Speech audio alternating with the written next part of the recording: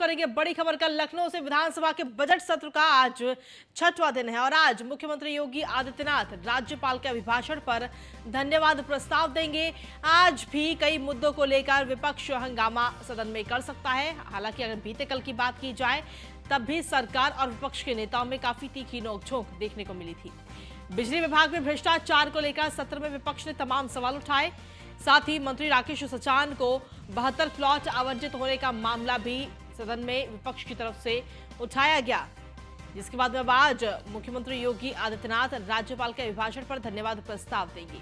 लेकिन इस धन्यवाद प्रस्ताव में कहीं ना कहीं विपक्ष पर जमकर बरसते हुए भी नजर आ सकते हैं मुख्यमंत्री योगी आदित्यनाथ, क्योंकि जब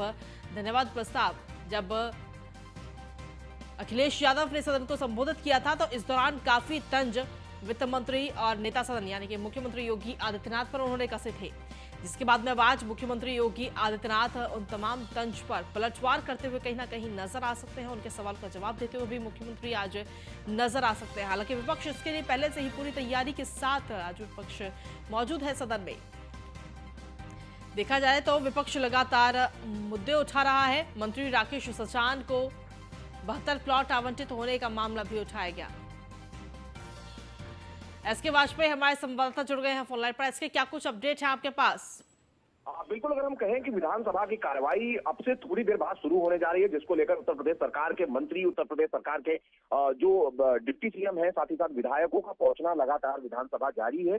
अब से थोड़ी देर बाद मुख्यमंत्री योगी आदित्यनाथ भी विधानसभा पहुंचेंगे। हालांकि उनके आने को लेकर अलर्ट हो चुका है और अब से कुछ ही क्षणों के अंदर मुख्यमंत्री योगी आदित्यनाथ भी विधानसभा पहुंच रहे हैं। क्योंकि मुख्यमंत्री योगी आदित्यनाथ को आज सदन में राज्यपाल के अभिभाषण पर धन्यवाद प्रस्ताव कर रहा है, जिसको लेकर मुख्यमंत्री आज सदन में संबोधित करेंगे। सुबह 11 बजे से मुख्यमंत्री का संबोधन यूपी विधानसभा में होगा, जिसको लेकर जो तैयारियां हैं वो पूरी हो चुकी हैं। और जिस तरीके से 2 दिन पहले जब सपा अध्यक्ष अखिलेश यादव की तरफ से संबोधन विधानसभा में दिया गया था, उस दौरान बहुत सारे आरोप, बहुत सारे सवाल और साथ ही साथ जो सुझाव है वो उनकी तरफ से दिए गए थे। तो कहीं न कहीं उन विषयों को लेकर भी मुख्यमंत्री योगी आदित्यनाथ आज सदन में जवाब देंगे, क्योंकि मुख्यमंत्री सपा अध्यक्ष अखिलेश यादव के बोलने के बाद अभी तक सदन में नहीं बोले हैं। तो सीधे तौर पर आज जब मुख्यमंत्री योगी आदित्यनाथ का संबोधन होगा, उस दौरान इन सभी विषयों को लेकर मुख्यमंत्री योगी आदित्यनाथ यूपी सरकार का पक्ष रखेंगे। किस तरीके से यूपी सरकार लगातार काम कर रही है, जिन सवालों को लेकर अखिलेश यादव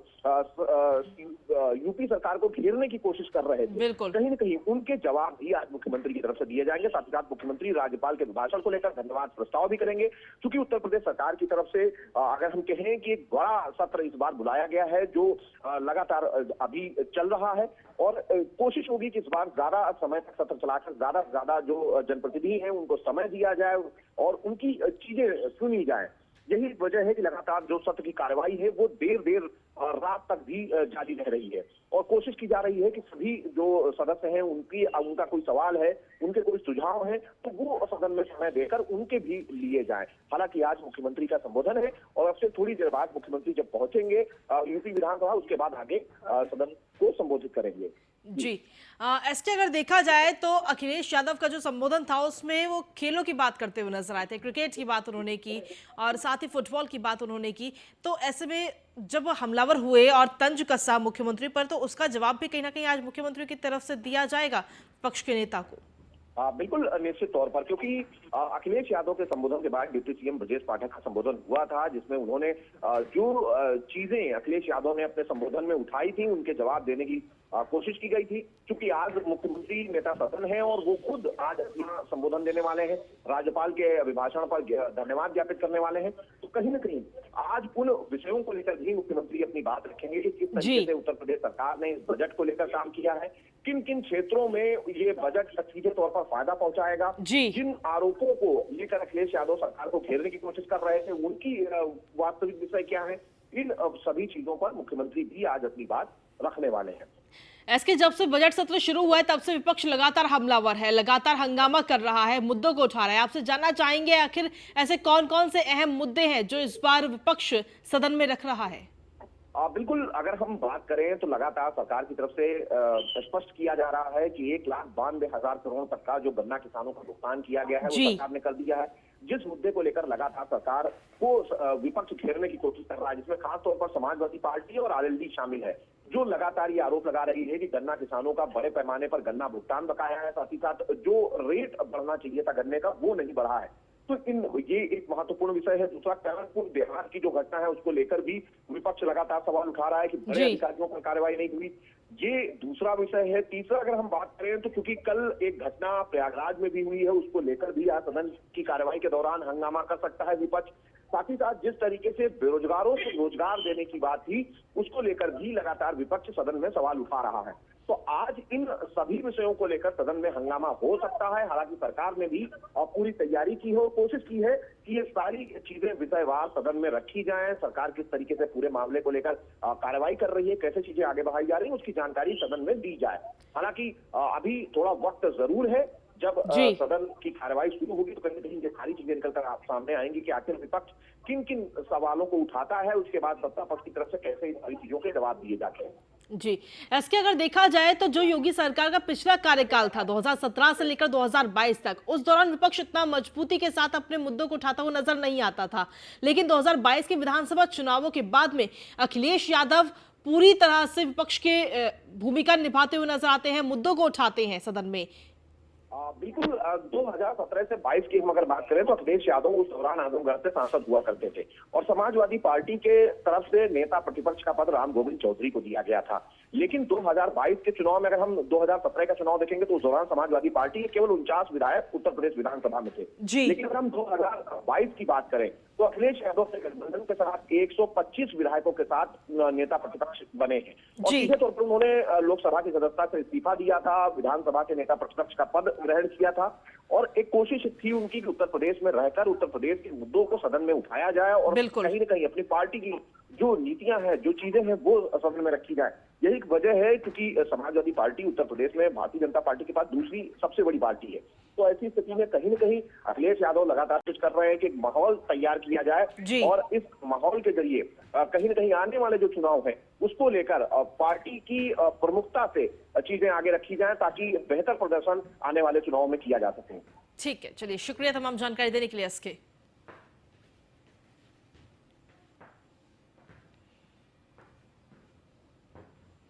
और चलिए इसी के साथ बुलेटिन में आगे बढ़ेंगे। प्रधानमंत्री नरेंद्र मोदी आज शाम 5 बजे दिल्ली के ताल कटोरा स्टेडियम में आयोजित सांस्कृतिक उत्सव बरिसु कन्नड़ दिम्बा का उद्घाटन करेंगे। प्रधानमंत्री इस अवसर पर लोगों को संबोधित भी करेंगे। वहीं आपको यह भी बता दें कि प्रधानमंत्री के एक भारत श्रेष्ठ भारत के विजन के अनुरूप ही कर्नाटक की संस्कृति, परंपराओं और इतिहास का उत्सव मनाने के लिए सांस्कृतिक उत्सव बरिसु कन्नड़ दिम्बा का आयोजन किया जा रहा है। आजादी का अमृत महोत्सव के तत्वाधान में आयोजित होने वाले इस महोत्सव में सैकड़ों कलाकारों को नृत्य, संगीत, नाटक, कविता के माध्यम से कर्नाटक की सांस्कृतिक विरासत को प्रदर्शित करने का अनुपम अवसर मिलेगा।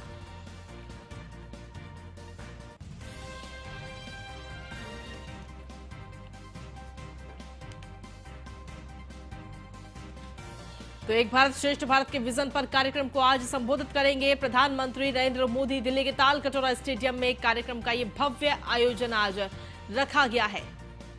सांस्कृतिक उत्सव बरिसु कन्नड़ दिम्बा कार्यक्रम का आज उद्घाटन और इस सांस्कृतिक उत्सव का कार्यक्रम का उद्घाटन खुद प्रधानमंत्री नरेंद्र मोदी करते हुए नजर आएंगे।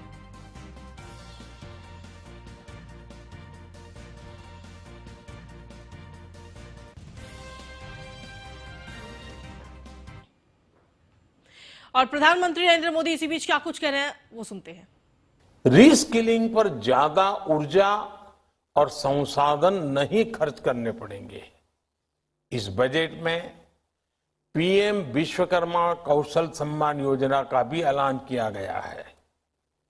इससे हमारे पारंपरिक कारीगरों, हस्तशिल्पियों, कलाकारों के स्किल डेवलपमेंट पर जोर दिया जा रहा है। पीएम विश्वकर्मा योजना इन कारीगरों को नया मार्केट भी दिलाने में मदद करेगी और इससे अनेक उत्पादों के बेहतर दाम भी मिलेंगे। साथियों, भारत में एजुकेशन सेक्टर में तेजी से बदलाव लाने के लिए एकेडेमिया और इंडस्ट्री की भूमिका और पार्टनरशिप बहुत बड़ी है। इससे मार्केट की जरूरत के हिसाब से रिसर्च संभव हो पाएगी और रिसर्च के लिए इंडस्ट्री से पर्याप्त फंडिंग भी मिलेगी। इस बजट में एआई के लिए जिन 3 सेंटर्स ऑफ एक्सेलेंस की बात की गई है, उनमें इंडस्ट्री एकेडेमिया पार्टनरशिप मजबूत होगी। ये भी तय किया गया है कि आईसीएमआर लैब्स को मेडिकल कॉलेज और प्राइवेट सेक्टर R&D टीम्स के लिए उपलब्ध किया जाए। मुझे पूरा भरोसा है कि देश में R&D इकोसिस्टम को मजबूत करने के लिए उठाए गए ऐसे हर कदम प्राइवेट सेक्टर ज्यादा से ज्यादा फायदा उठाएगा। साथियों, बजट में जो निर्णय लिए गए हैं, उनसे हमारी होल ऑफ गवर्नमेंट अप्रोच भी स्पष्ट होती है। हमारे लिए एजुकेशन और स्किलिंग सिर्फ इनसे जुड़े मंत्रालय या विभाग तक सीमित नहीं है। हर सेक्टर में इनके लिए संभावनाएं हैं। ये सेक्टर हमारी इकोनॉमी के बढ़ते साइज के साथ बढ़ते जा रहे हैं। मेरा स्किलिंग और एजुकेशन से जुड़े स्टेक होल्डर से आग्रह है कि अलग अलग सेक्टर्स में आ रही इन अपॉर्चुनिटीज को स्टडी करें। इससे हमें इन नए सेक्टर्स के लिए जरूरी वर्कफोर्स तैयार करने में आसानी होगी। अब जैसे आप भारत के तेजी से बढ़ते तो देश के युवाओं को संबोधित कर रहे थे प्रधानमंत्री नरेंद्र मोदी। इसी के साथ खबरों में आगे बढ़ते हैं। अगली खबर दिल्ली से, जहां पर प्रगति मैदान में आज से वर्ल्ड बुक फेयर का आयोजन किया जा रहा है। आज से 5 मार्च तक वर्ल्ड बुक फेयर चलेगा। बुक फेयर सुबह 11 बजे से रात 8 बजे तक चलेगा, जहां केंद्रीय शिक्षा मंत्री धर्मेंद्र प्रधान आज इस मेले का उद्घाटन करते हुए नजर आएंगे। तो इस मेले में छोटे बच्चों से लेकर बड़े बुजुर्गों तक सभी की किताबें उपलब्ध रहेंगी। आप भी अपने परिवार के साथ वहां जाकर के और अपने पसंद की, अपनी रुचि की किताब वहां पर खरीद सकते हैं, क्योंकि वर्ल्ड बुक फेयर का ये आयोजन किया जा रहा है और 5 मार्च तक ही इसका आयोजन होगा। आपको बता दें कि आज इसका उद्घाटन केंद्रीय शिक्षा मंत्री धर्मेंद्र प्रधान करेंगे। दिल्ली के प्रगति मैदान में वर्ल्ड बुक फेयर का ये आयोजन किया जा रहा है।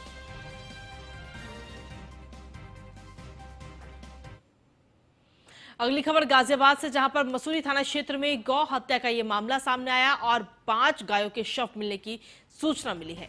गौवंशों के शव मिलने से हड़कंप मच गया। सूचना पर मौके पर पुलिस वहां पर पहुंची और पूरे मामले की जांच में पुलिस जुटी हुई है। ये तस्वीरें भी आपको दिखा रहे हैं। 5 गायों के ये शव मिले हैं। शत-विशत अवस्था में ये शव बरामद किए गए। फिलहाल अब पुलिस इस पूरे मामले की जांच करने में जुटी हुई है।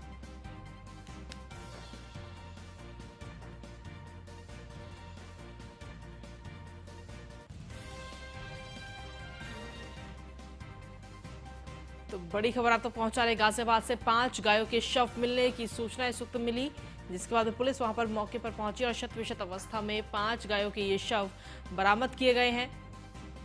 गौवंशों के शव मिलने से इलाके में हड़कंप मच गया। फिलहाल पुलिस पूरे मामले की जांच में जुटी हुई है कि आखिर ये शव कहां से आए, क्या कोई इन्हें यहाँ पर फेंक कर गया। ये तमाम चीजों की जांच पुलिस के द्वारा की जा रही है।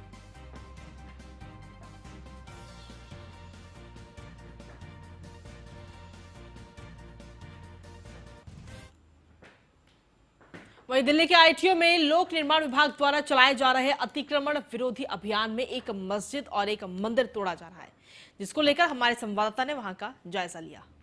आईटीओ के बहादुर शाह जफर मार्ग पर इस वक्त हम मौजूद हैं और यहाँ पे पीडब्ल्यूडी द्वारा अतिक्रमण विरोधी जो अभियान है वो लगातार चलाया जा रहा है। और पीछे हम अब तस्वीरों में देखेंगे कि ये वो मस्जिद का एरिया है। यहाँ पे कहीं ना कहीं जो अवैध कब्जा था वो यहाँ पे हुआ था और इसके बगल में जो मंदिर है उसके भी कुछ हिस्से को यहाँ पे तोड़ा गया है। और आप तस्वीरों में उस बोर्ड पर नजर डालेंगे तो साफ तौर पे लिखा है कि यह भूमि केंद्रीय लोक निर्माण विभाग की है और इस पर किसी भी तरीके से अतिक्रमण करना दंडनीय अपराध है। और यहाँ पे आप देखिए किस तरीके से आपको ये जेसीबी नजर आ रही है और यहाँ पे आप देखिए यहाँ पे कार्रवाई जो है वो चल रही है। ये मस्जिद का वो एरिया है जो कहीं ना कहीं अवैध था और उसी पर लोक निर्माण विभाग का जो बुलडोजर है वो चल रहा है। और यहाँ पे आप तस्वीरों में देखिए किस तरीके से ये बुलडोजर की कार्रवाई हो रही है और यहाँ पे उस हिस्से को हटाया जा रहा है, उस मलबे को हटाया जा रहा है जो यहाँ पे तोड़ा जा रहा है। वहाँ पे आप देखिए किस तरीके से जो अवैध तरीके से यहाँ पे कब्जा किया गया था उसको कहीं ना कहीं तोड़ा गया है। तो निश्चित रूप से जो PWD है वो लगातार इस तरीके से जो अतिक्रमण विरोधी जो अगर हम बात करें अभियान की वो चला रहा है। और इसी कड़ी में यहाँ पे जो कि ITO पे बहादुर शाह जफर मार्ग पर ये मस्जिद और मंदिर के भी कुछ हिस्से को तोड़ा गया है। लेकिन आप साफ तौर पर तस्वीरों में देखिए किस तरीके से कार्रवाई जो है वो चल रही है, पूरी तरीके से एहतियात बरता जा रहा है। और ऊपर आप देखेंगे कुछ लोग यहाँ पे चढ़े हुए हैं और किसी भी तरीके से यहाँ पे कोई अनहोनी ना हो इसीलिए यहाँ पे पहले लोगों को यहाँ से हटा लिया गया जो लोग यहाँ पे मौजूद थे। और यहाँ पे देखिए किस तरीके से ये कार्रवाई चल रही है। अवैध तरीके से कहीं ना कहीं ये जो निर्माण है वो हुआ था, रोड के कुछ हिस्से तक ये निर्माण हुआ था, क्योंकि आप बगल में जो घर देख रहे हैं, बिल्डिंग देख रहे हैं, उसके हिस्से को देखिए और इन हिस्सों को देखिए किस तरीके से यहाँ पे निर्माण कराया गया था। हालांकि मस्जिद के अलावा अगर हम बात करें तो मंदिर के कुछ हिस्सों को भी यहाँ पे तोड़ा गया है और उसका भी जो मलबा है वो हटाया जा रहा है। तो निश्चित रूप से जो अतिक्रमण विरोधी जो अभियान है वो PWD लगातार चलाता आया है और इसी कड़ी में इस अभियान को भी चलाया जा रहा है। वीडियो राम त्रिपाठी के साथ पीयूष तिवारी, नई दिल्ली। PWD की कार्रवाई लगातार अभी भी जारी है और हमारे साथ इस मंदिर के पुजारी जी हैं। पुजारी जी, क्या नोटिस पहले मिला था इसको लेकर या क्या कुछ कार्रवाई जो हो रही है, आपसे बातचीत हुई थी पुलिस प्रशासन की PWD की? नवंबर में उन्होंने बताया था कि मुझे फुटपाथ चौड़ा करना है, इसलिए मुझे ये आगे का हिस्सा मंदिर तोड़ना पड़ेगा। हम लोगों ने मना किया और मंदिर का कागज दिखाया गया, पूरी मंदिर का कागज है, 158 स्क्वायर फुट का कागज है, दिखाया गया। इन्होंने नहीं माना, कोर्ट गए, कोर्ट में हमारा केस चल रहा था। कोर्ट से क्या ऑर्डर हुआ क्या नहीं उन्होंने कुछ नहीं बताया। जब सुबह शाम को मंदिर हम लोग बंद करके चले गए, सुबह जब मंदिर खोलने हैं देखा है कि हमें बुलडोजर चल रहा है, बिना बताए तोड़ देना जबरदस्त। आपको कोई किसी भी तरीके से बताया नहीं गया कि कल यहाँ पे बुलडोजर चलेगा, आप मंदिर की सामग्री हटा लीजिए, तमाम चीजें हटा लीजिए कि किसी भी तरीके के नुकसान ना हो? कुछ नहीं बताया इन्होंने, सुबह कुछ नहीं बताया। इन्होंने ये नहीं बताया कि कल से हम मंदिर तोड़ेंगे, इन्होंने मुझे नहीं बताया। इन्होंने ये कहा कि हमारा कोर्ट का आदेश आ गया है। और ये कब बताया कि आदेश आ गया? कल बताया था इन्होंने, कल बताया था। हाँ, लेकिन इन्होंने ये नहीं था कि हम कब तोड़ रहे हैं, ये सब कुछ नहीं बताया इन्होंने, कुछ नहीं बताया इन्होंने, कोई नोटिस नहीं दिया, कोई ऑर्डर का कागज नहीं दिया इन्होंने और सुबह एक इन्होंने मंदिर को तोड़ दिया। अच्छा, एक बात बताइए, जो ये बुलडोजर चल रहा है, आगे की कार्रवाई जो की तोड़ा गया है, ये वाकई में क्या अवैध है? क्या इस तरीके के? नहीं नहीं, कोई अवैध नहीं, पूरा कागज है, मंदिर का पूरा कागज है, कोई अवैध नहीं है, मंदिर का कागज है, कागज इनको दिखाया भी गया था, कागज कोर्ट में पेश किया गया, सब कुछ कागज है, कोई अवैध नहीं है, लिखित में सब कुछ प्रमाण है। आपको क्या लगता है किसी के सह पे ऐसी कार्रवाई हो रही है? बिल्कुल ऐसा नहीं होना चाहिए, इन्होंने बहुत गलत किया है, हम लोग इसको विरोध कर रहे हैं इसका, ये मानते कहाँ हैं। आपकी यहाँ पे अधिकारियों से बातचीत हुई PWD के आज के आज कोई बातचीत नहीं है, कल भी हमारी कोई बातचीत नहीं हुई, इससे पहले बात हुई थी तो मैंने ये कहा था कि मंदिर को ना तोड़ा जाए, रिक्वेस्ट किया, कोर्ट भी गए लेकिन किसी ने कोई सुनवाई नहीं किया। ये सब दिल्ली सरकार का हाथ है इसमें, दिल्ली सरकार का, सब दिल्ली सरकार करवा रही है। बिल्कुल। तो निश्चित तौर पे आप मंदिर के पुजारी जी को सुन रहे थे कि किस तरीके से कल बताया गया कि इस तरीके का आदेश आया है और यहाँ पे लेकिन ये नहीं बताया गया कि ये जो कार्रवाई है वो कब की जाएगी। और सुबह जब मंदिर के पुजारी यहाँ आते हैं तो उन्हें पता चलता है कि यहाँ पे बुलडोजर चल रहा है। हालांकि कई तरीके के आरोप लग रहे हैं, देखना होगा कि आगे क्या कुछ इस मामले में निकल कर आता है। वीडियो जर्नलिस्ट राम त्रिपाठी के साथ पीयूष तिवारी, नई दिल्ली। वहीं मैनपुरी के डूब क्षेत्र में आपको बता दें कि करीब 250 मकानों पर इस वक्त खतरा मंडरा रहा है, क्योंकि SDF की तरफ से ये नोटिस दिया गया है, डूब क्षेत्र में ये मकान बनाए गए हैं। मैनपुरी की ये खबर आप तक पहुंचा रहे हैं और SDM की तरफ से इन सभी 250 मकानों पर नोटिस चस्पा किया गया है। और नोटिस चस्पा होने के बाद में कहीं ना कहीं मकान मालिकों में इस वक्त हड़कंप मचा हुआ है और सभी के सभी अपनी गुहार लेकर के SDM कार्यालय पहुंचे, जहां पर उन्होंने गुहार लगाई। तो मैनपुरी में इन 250 परिवारों के आशियाने पर इस वक्त खतरा मंडरा रहा है। दरअसल ये जो मकान है ये डूब क्षेत्र में बने हुए हैं और डूब क्षेत्र में मकान बनाना अवैध निर्माण है, तो ऐसे में इन सभी मकानों पर ये खतरा मंडरा रहा है। जैसे इसकी जानकारी SDM को लगी तो SDM ने सभी घरों के बाहर नोटिस चस्पा किया और नोटिस चस्पा होते ही 250 परिवारों की नींद उड़ गई। और ये 250 परिवार अपनी गुहार लेकर एसडीएम कार्यालय पहुंचे और गुहार लगाई। हालांकि अभी फिलहाल इनका जो आशियाना है वो कभी भी उजड़ सकता है, क्योंकि मैनपुरी के डूब क्षेत्र में ये 250 मकान बनाए गए हैं।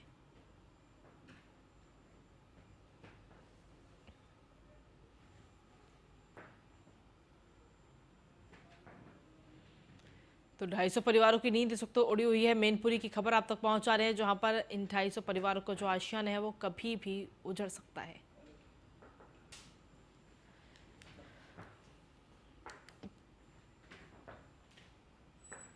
अगली महत्वपूर्ण खबर है लखनऊ से, जहां पर दारोगा भर्ती के चयनित अभ्यर्थियों को नियुक्ति पत्र दिए गए। कल सीएम अभ्यर्थियों को नियुक्ति पत्र वितरित करेंगे। कल सुबह 10 बजे इंदिरा गांधी प्रतिष्ठान में ये कार्यक्रम रखा गया है, जहां पर मुख्यमंत्री अभ्यर्थियों को नियुक्ति पत्र बांटते हुए नजर आएंगे। तो बड़ी खबर आप तक पहुंचा रहे हैं लखनऊ से, जहां पर दारोगा भर्ती के चयनित अभ्यर्थियों को कल नियुक्ति पत्र दिए जाएंगे। कल लखनऊ के इंदिरा गांधी प्रतिष्ठान में ये कार्यक्रम रखा गया है, जहां मुख्यमंत्री योगी आदित्यनाथ अभ्यर्थियों को नियुक्ति पत्र वितरित करते हुए नजर आएंगे। कल सुबह 10 बजे इंदिरा गांधी प्रतिष्ठान में ये कार्यक्रम रखा गया है। लखनऊ से बड़ी खबर, दारोगा भर्ती के चयनित अभ्यर्थियों को कल मुख्यमंत्री योगी आदित्यनाथ नियुक्ति पत्र बांटेंगे, नियुक्ति पत्र देते हुए नजर आएंगे। सुबह 10 बजे इंदिरा गांधी प्रतिष्ठान में ये कार्यक्रम रखा गया है।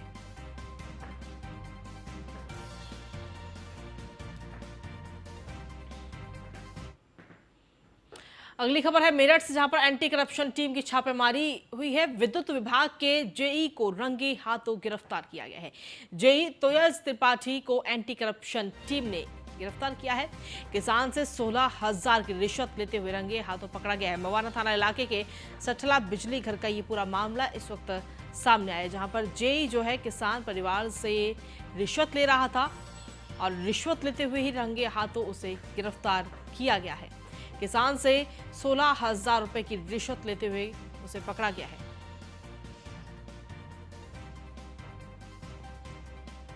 तो मेरठ से बड़ी खबर आप तक पहुंचा रहे हैं, एंटी करप्शन टीम ने यह छापेमारी की है और जेई को पकड़ा है रंगे हाथों। किसान से 16,000 रुपए की रिश्वत जेई ले रहा था और रंगे हाथों उसे गिरफ्तार किया गया है। जेई तोयज त्रिपाठी को एंटी करप्शन टीम ने पकड़ा है।